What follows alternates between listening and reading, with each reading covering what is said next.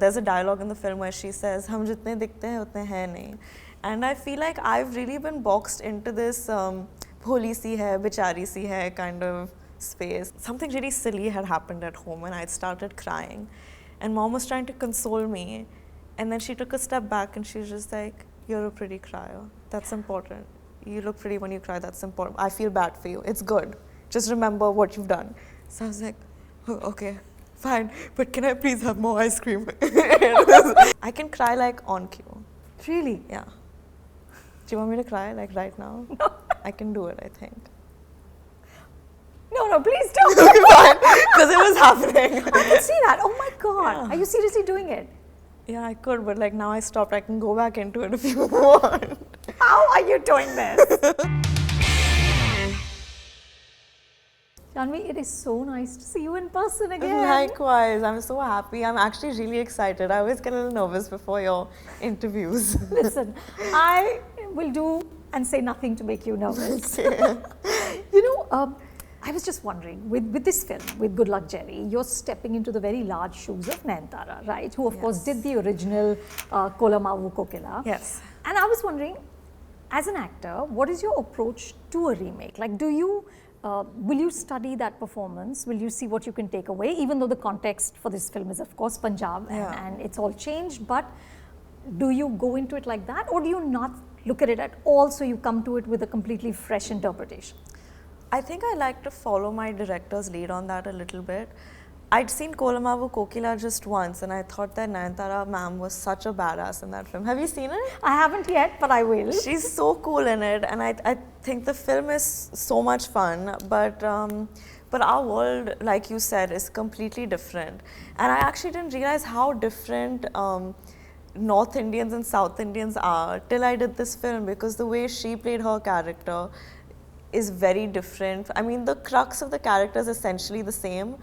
The things that are happening to Jerry is the same as what happened to her in that film, but the way that you deal with it just because of where you come from changes so much. So I just followed Siddhartha's lead on what I should do and how I should approach it. And I really just focused on finding who Jerry was. But I did another film, Millie, which is the remake of Helen, and the same director who directed Helen was directing Millie, and I feel like that's pretty similar to the original because the director's the same. So I really just follow whatever they tell me. So what was his brief for this one? Did he want you to look at that or not? No, he didn't actually. He put more weightage on me getting the dialect and the diction right to understand the world of Jerry, and he had a very elaborate backstory of where Jerry came from and where she wants to go. And I think that's what we tried to focus on, the fact that she was a Bihari immigrant in Punjab. And he knew a lot about how, what that feeling of displacement does to someone. And he wanted me to carry that baggage into the film and that to play a huge role in her arc as a character. So we focused on that more than what she did, because I mean, she's a huge star and what she did was, I think, quite iconic. It's one of her most loved films. Yeah. So I think it might be a little counterproductive to try and attempt to do the same thing. But I think that worked because that was their interpretation, an honest interpretation of a character, and I've tried to honestly interpret whatever was given to me also. So, of course, Kolamavu means cocaine in Tamil. It does? It does, really? It's apparently Oh yes, slang. Of course, it makes slang. sense. Yeah. So this is a sort of delicious, dark story of an ordinary, nice girl who desperately needs money, gets involved with drug smugglers. How do you get into the mind space of somebody like this? Like, what were your references? Like, you're talking about a backstory. What did you create for her? Well, so like I said, Siddhartha gave me a very detailed backstory about how her and her parents and her younger sister came to Punjab, like many Bihari immigrants do, in search for better job opportunities. And then their father passed away. And now there are 3 women, Bihari women in Punjab, trying to fend for themselves.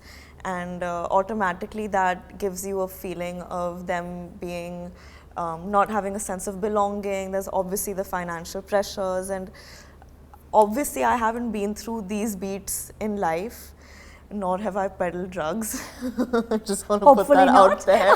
I really haven't. But I think that sense of desperation, that sense of being pushed to the wall and having your survival instinct kick in, also the sense of after losing a parent, what that does to your family dynamic. Also the sense of, see, when you see Jerry, you feel like she's a very innocent, naive, bholi si masoom si ladki, but really when push comes to shove, she's so much more than that, and she's capable of so much more than just that. And there's a dialogue in the film where she says, "Hum jitne dikhte hain utne hain nahi." And I feel like I've really been boxed into this bholi si hai, bechari si hai kind of space. And Meaning as an actor? as an actor, I mean, the roles that I get, the way that people perceive me, I think, and I'd like to think that I am more than that. And I guess in that way, I related to her a little bit. I think that all of us have a little bit of Jerry in us that comes out from time to time. She's kind of like Jerry from Tom and Jerry. Like, she looks small and dainty and harmless, but like, she can ghumao. I love that. She can come out. She can. You know, when you wrapped shoot for this, you posted on Instagram about how so much changed through the making of this film, and you said you learned and unlearned. So what did you learn and unlearn? So much change, I think, in my personal life even, and you know, the pandemic had happened, and I don't know, I think through the course of shooting this film, I started believing in myself a little more as an actor. But was it something specific in this film that made you believe more? I don't know if that's what it was. I think I just enjoyed shooting the film so much, and also whatever was happening with me in my personal life at the time made me feel like, I don't know if it was just my personal life, but just in general, there was a sense of worthlessness. I was going through a bit of a downer, I think. But I would look forward to going on set every day. And the way that Siddhant sir works is so different from you know, the people that I've worked with before. And he actually gave me a lot of freedom and a lot of confidence. And it's the first time that I've seen myself attempt comedy, a little bit of action. And he really, I think, with every scene, our approach was, okay, how do we make this a little different? How do we push you a little more? How do we raise the stakes a little bit? And it was very liberating and encouraging. And I think I finished Jerry with the sense of there doesn't need to be a set pattern to everything, and you don't really need to, because I was so like, I need to be good, I need to kill it, I need to prove myself, and all of that is great and valid, and you need to work your ass off, because what else are you here to do? But it's okay to not be so hard on yourself, and it's okay to like go on set and have fun and enjoy the moment, and even then like you can create magic sometimes. You don't need to like bleed and die and like sweat your face off all the time. You had told me that once, that if I'm not exhausted, if I'm I not feel drained, like, yeah, kuch kiya nahi hai. Like I like ants in my pants. It's not okay. You know, this is of course his feature film debut. It's very intriguing to me that in the 4 films that you've done, you've got this from a debut director, you had Gunjan Saxena from a debut director, you had Ruhi with Hardik, who had just directed one film, Kamyab, before that, which makes me wonder, what keeps you going back to newbie directors? I guess veterans just don't want to work with me. That's not true. No, it's not. Or maybe it is, I don't know. But I don't know. All of the stalwarts, all of these huge directors that people look up to now were first-time directors at some point. And I think even with Gunjan, how do you pass on a story like that? Not at all, yeah. It was you know that. I love that film, yeah. And Sharan's energy was so correct. And I really think making a film should come down to the intention with which you make it. And I really believed in Sharan's intention. I thought that it was approached with a lot of purity. And even with Siddhant sir in this film, I felt like he had a very individual perspective and a take on a story that had already been told, which I found very interesting. He had so many of his own ideas. And he had a character in mind that I found very fascinating, and I think that vision of his drew me to the film. So when you're selecting your scripts, you're not looking at, that whole idea of, is it like somebody really experienced? I might be safer with someone. Those things don't factor in. It's purely the script and the vision. No, those things do factor in. Honestly, the main reason I did Ghost Stories was, in my head, I was treating it like, okay, 4 days of film school, I'm getting to work with Zoya Akhtar. Yeah. Don't even think about, like, even if you have to walk in and sweep the floors for a bit, do it. So yeah, of course I want to work with experienced people, and of course there's a sense of, okay, I can rely, I want to work with someone I can just rely on. I want to learn from someone who like really squeezed something out of me that I didn't expect. But having said that, when there's a script that excites you, I think that does take the most weightage for me. But I have spoken to, Dad about, and it is on my wish list to work with experienced directors as well, because I feel like they might bring something out in me. But maybe they have to. I'm hoping they have to. I think Sharan did. Yeah. And I'm hoping Siddharth sir did too. Of course. I was in fact just talking to Varun, and we were talking about how his dad always wants him to do safer stuff. Right? He was very stressed when he did Badlapur. I can imagine. Yeah, that was not his idea of a safe choice. Right? Yeah. So does your father sort of give you any inputs like that? No, he's actually very encouraging. Of risks? Of risks. That's amazing. He actually, and I think that's also how he sees me. I guess he's also kind of put me in a box of his own. But he believes that, for example, when I was told about Ghost Stories and that Zoya ma'am might, be interested in working with me, I had a thought in my head, and everyone at my agency was also like, okay, but is your dad going to think it's a bad idea because it's a short film on OTT and et cetera, but he was like, are you crazy? As an actor, your main priority is to learn and grow. And someone else asked me this in another interview, but the conversations that I've heard growing up, although from his side have been about like numbers, box office trade, and like, all of these things, but the personal conversations have always been creatively driven about respecting an artist's choice and their craft and really honing it. And he and mom even looked up to people that took risks and operated from a place of honesty as opposed to calculation. So I think that's been embedded in me a little bit. Well, he made Hum Paanch at a time when people didn't make films like that. Yeah. It's a stunning movie, So obviously his roots are also somewhere, not all full-on commercial. Yeah. Janhvi, I was looking at your Instagram, and of course, the Instagram handles of so many of the younger female actors. There's you and Sara, Ananya, Kriti, Kiara, and you all just look incredible. Okay, you all look staggering. But I was just wondering, like, man, what is the pressure of having to look that hot all the time? Does it ever just mess with your head? Not really. You enjoy it? It's all just a bit of fun. Like, yeah, I don't know. How can you take it that seriously? Yeah, there is, you do need to look a certain way, I think.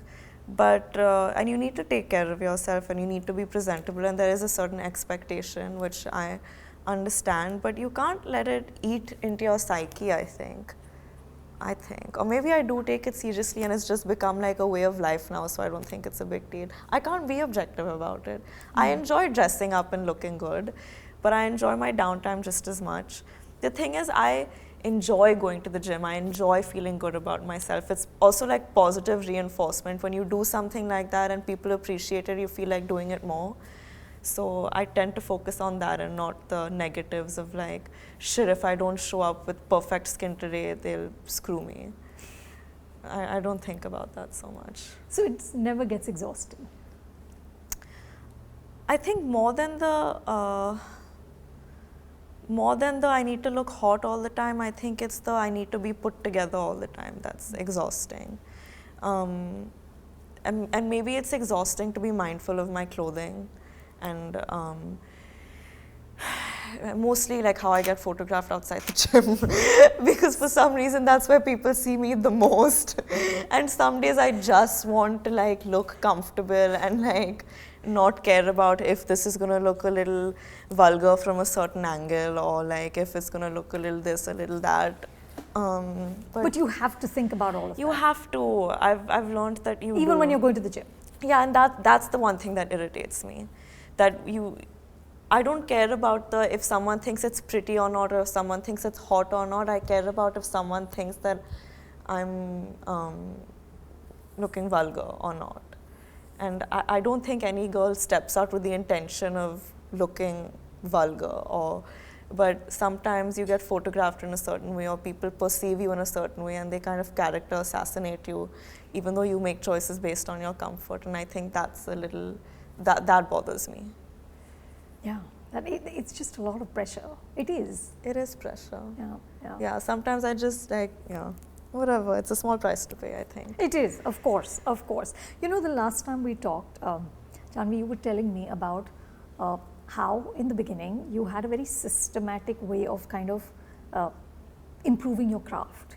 You talked about how you would try and see a film a day, sit in on story narrations, like a very focused way, but you said that the best way to learn is obviously on the job. Yeah. So now, 4 films later, 2018 you made your debut, a few years later, do you find your actorly instincts very different, or are they essentially the same as when you started? I think that my skill set has definitely been polished a little bit, or at least I'd hope so. I think I'm maybe a little more confident. If I would be shaking on set for the first 10 days, maybe now I just shake on the first day of set. You still shake? Yeah. The shaking still happens. Meaning like literal shaking? Like literal shaking. Like, no. you know when you pose like in front of camera sometimes and like smile please, but your smile is like glitching, like your face is shaking? That happens sometimes. Really? I get that nervous and I get really, I have this thing where I only sweat on my nose. And so like my nose turns into, and the thing is, I think on the first or one of the earlier days of Bawal, I had to do an emotional scene. And I was obviously nervous and my nose was obviously sweaty and I was crying, except you couldn't tell if it was the sweat on my nose or if it was the tears. So I was like, well, shit. So literally first day of shoot, you will be shaking and you will be sweating. Yeah, I will be. There will be a very sweaty nose on set. That's amazing. But that's exciting, no? That's what makes it fun. I think so. I just, it's always the new environment that gets me a little, and the nervousness of it's such a big deal that I've gotten this opportunity. I just hope I don't mess it up. You also said to me that you take things, like when you're experiencing something bad, you kind of file it away and say, "Kal main scene mein use karungi." Yeah, doesn't that sound horrible? It is funny. There's something very unethical about it, I think. No, but explain it to me. So there's a part of you that might be crying because something has happened, and there's another part of you that's observing that part. Yes, like I'm never and making a note. Yeah, I'm never really completely in the moment. There's always like a part of me that's outside of me observing what's happening, and people have actually told me, like I've had, like in the middle of an argument and like the other person, I know what you're doing. I know you're going to use this in that scene tomorrow. Just don't even think about it. Like people have said it to me. And then they've seen. Funny. Yeah, and it's like bad. But this is from the beginning. That's just how you're built. I think so, yeah. I think so. But that's also how I remember distinctly something really silly had happened at home and I'd started crying. And mom was trying to console me. And then she took a step back and she was just like, "You're a pretty crier. That's important. You look pretty when you cry. That's important. I feel bad for you. It's good. Just remember what you've done." So I was like, "Oh, okay, fine. But can I please have more ice cream?" So it's just part of the genetic makeup. I think so. That's amazing. That's amazing. Oh God, I've really made us sound like really like placid people. No, because I imagine at some level all artists do that, right? It is all grist for the mill. I think you use everything. I think so, and I really think that, as superficial as it sounds, I really think it does prove to be cathartic for you as a person. There have been so many things that I haven't been able to deal with or process in my actual life that I feel like if there's even a semblance to that situation, that's happening in a scene or that I'm performing, I feel that there's been some sort of catharsis for me in my personal life when I've kind of lived it through, similar beats in my characters. Yeah, it all comes out. I think so, and I like save it up a little bit. And I say, ek din ek scene aayega aur main But you have that level of control that you can save it up and then bring it out? A little bit. I think more with emotional scenes. I can cry like on cue. Really? Yeah. Do you want me to cry like right now? No. I can do it, I think. No, please don't. Because it was happening. I can see that. Oh my God. Yeah. Are you seriously doing it? Yeah, I could, but like now I stopped. I can go back into it if you want. How are you doing this? Like there's just a switch? Yeah, a little bit. But your mom had this. Like I told you this, I don't know if I've told you this, but like my mother wrote Chandni, right? So I was on the sets of Chandni and I've seen her shoot with Yashji, and like that transformation from when she would sit there and be completely quiet and also a little intimidating. Like you couldn't just walk up to her. Yeah. You didn't do that. You didn't just sort of friendly banter, wo kuch nahi tha. Yeah. But then she would walk in front of the camera and just light up. Yeah. It was like a switch had been hit. But I think, the fact that you used the word switch is funny because I think there's a very scientific reason to that behavior. I think it's like an energy conservation thing that she used to do. And I think that's how she was as a person also. She didn't believe in wasting like energy or time in things that that either weren't important to her personally, which was of course just her family, or bettering her craft or exciting her creatively. So I think that was just her conserving her energy. She didn't want to waste it, I think, is my theory. And your dad's going to be an actor now. Oh God. After the cameo. Are you ready for it? Because he is gonna wait for your review of his performance. He's gonna expect a separate episode only dedicated to him, I feel. I love that. Yeah. I love that. But listen, he said that the kids sort of pushed me into this. What did you tell him? I said, do it. Like, who at the like, age why not? of... Yeah, and who at the age of... I don't know how old he is, but in my head, he's 20 and he'll always be 20. I don't think that he ages. But who at that age gets the chance to try a hand at a new career? Yeah. And I really think that if he didn't have the pressure or the responsibility of taking care of his father's business and also taking care of his brother's careers, that he would have maybe tried his hand at acting. It's something he liked. I mean, you can tell. You can tell. He'd, after coming back home from work, he'd stay up till like 3 a.m. just watching old Hindi music videos that would play on, I think, B4U or something. Yeah. All those Janhvi Kapoor songs. And like he'd like acted out sitting on that couch. And I remember mom would be like, thank God you didn't become an actor. You'd be the most vain man on the planet. Well, and of course Khushi has made her debut officially now with Archie's. So what is the dinner table conversation like? 3 actors in the house? I feel like Papa's actually come to understand what it's like for an actor now. Yeah. I mean, although he's been a producer and been around actors a lot, I don't think you're ever privy to the waiting in the vanity van, the landing on your mark every single time, the remembering every single dialogue, the take after take after take, all of those things. It's still a very comfortable, glamorous job, but I mean, there are hardships that I don't think anyone else would understand. So he has a little more respect, I think, for what we do. But we actually haven't gotten to spend too much time together, which makes me sad. Khushi's been away for 2.5 months, and she's coming back tomorrow. And I'm so excited. And I've been traveling a lot shooting, and Papa's been traveling too. So the 3 of us actually haven't had dinner together in a really long time. And it's very depressing. But it'll happen soon, and then you will exchange actorly notes. I think so. We might exchange food first, and then actorly notes. You said, Janhvi, in an interview that the hardest part about being a celebrity is to keep yourself from going insane from all the noise, all the chatter, all the opinions. Yeah. So how do you do that? How do you keep yourself away from all of it?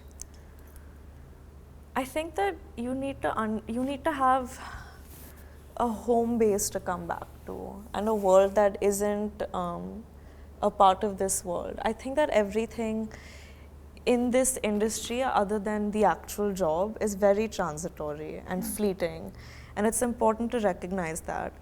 And my friends are the same friends that I've had since the second grade. And I'm so lucky to have family members that like will give it to me straight. Like they don't bullshit, which I value a lot. And I have a world that's very independent of all this as well, and I value it a lot.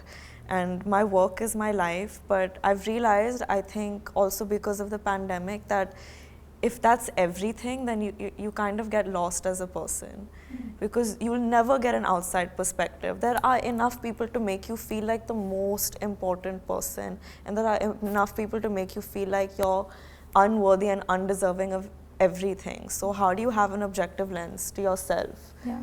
It's like tough enough even if you aren't an actor, but especially if you are. So you just need to step away for a bit and understand that this isn't the real world. Like in the scheme of things, you're so small.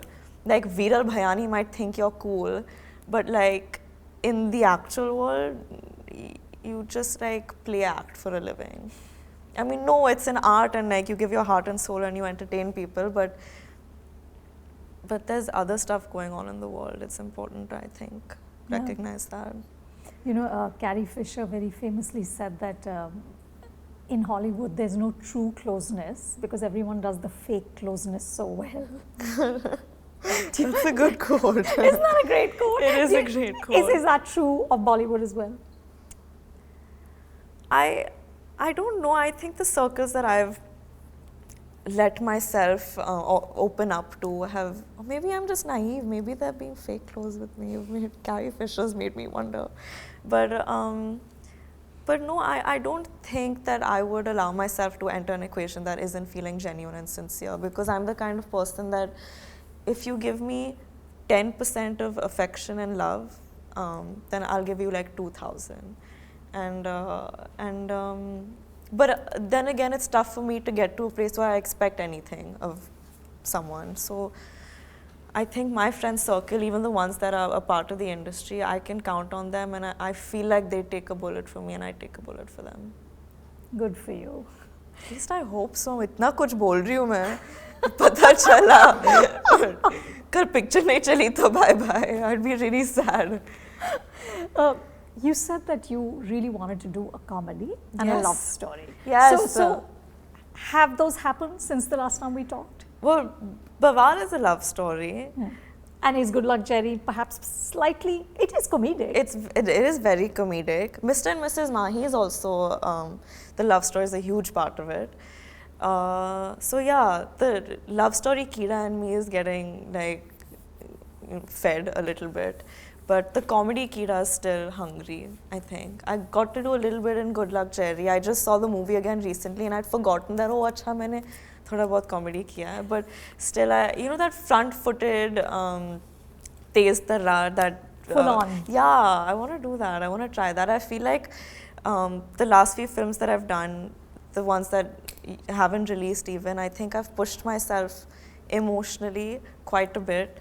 And I think the next challenging thing for me to do as an actor would be to try my hand at comic timing.